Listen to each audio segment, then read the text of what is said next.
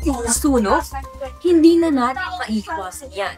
Kaya naman makikita sa aking awareness na gawang citation ng Bureau of Fire Protection o BFP, pagbigyan tayo ng kalagayan at green updates patungkol sa nasabing usapin. Sa isinagawang emergency simulation sa Pamatawan Integrated School, pinangunahan ni Imelda Papin, spokesperson ng Bureau of Fire Protection, ang pagbibigay ng real-time na kalagayan at updates sa sitwasyon. Dumalo ang mga guro at estudyante upang mas maunawaan ang tamang paglikas at pagresponde. Ayon sa BFP, mahigit 80% ng fire-related injuries sa bansa ay maiiwasan kung maaga pa ang pag-evacuate at alam ng komunidad ang tamang proseso. Sa pamamagitan ng simulation na ito, layunin ng BFP na mas mapaigting ang kahandaan at kaligtasan ng bawat mag-aaral at empleyado ng paaralan.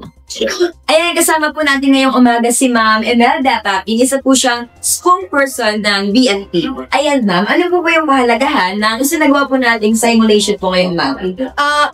Ang kahalagahan po nito ay para po mag-ingat po yung mga tao po sa paggamit po ng kuryente o kaya po ng apoy po para ma-educate po sila kung paano po ito gamit po. Maraming salamat. Mula sa hindi lang maghahatid ng katotohanan, ako si Melchora Aquino para sa Balitang para sa Masa at nagsasabi, laging ligtas ang laging may alam.